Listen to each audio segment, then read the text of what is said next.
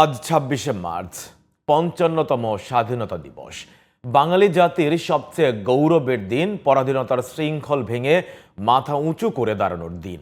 দীর্ঘ পরাধীনতার শৃঙ্খল ভেঙে এদিন স্বাধীনতার স্বাদ পায় বীর বাঙালি। ২৪-এর গণ অভ্যুত্থান পরবর্তী প্রথম স্বাধীনতা দিবসে গণতান্ত্রিক ও সম্প্রীতির এক বাংলাদেশের প্রত্যাশা তরুণ প্রজন্মের।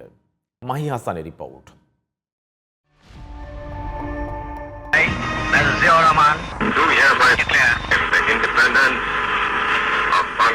মেজর জিয়াউর রহমানের এই ঘোষণার পর নতুন করে বাঁচতে শেখে বাঙালি জাতি।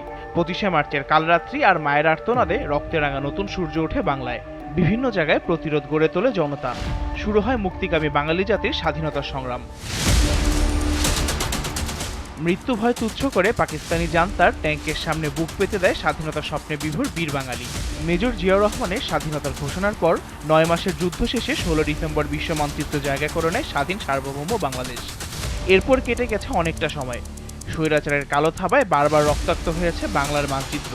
সবশেষ ২০২৪ সালে ছাত্র জনতার অভ্যুত্থানে নতুন করে স্বপ্ন দেখছে আপামর জনতা। অনেক উন্নত একটা দেশ দেখতে চাচ্ছি আমরা চাই আমরা একটা নতুন একটা বাংলাদেশ দেখি, যে বাংলাদেশ আমরা সবাই মিলে স্বপ্ন দেখেছি। আমি চাই এমন একটি বাংলাদেশ, যে বাংলাদেশে আমরা নিজেদের বিজয়টি অক্ষুণ্ণ রাখতে পারবো।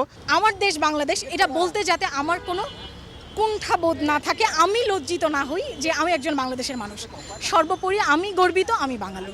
৭১ পরবর্তী সময়ে রাষ্ট্র গঠনে ব্যর্থতার কারণে ২৪-এর গণ অভ্যুত্থান বলে মনে করেন কবি ও চিন্তাবিদ ফরহাদ মাঝার।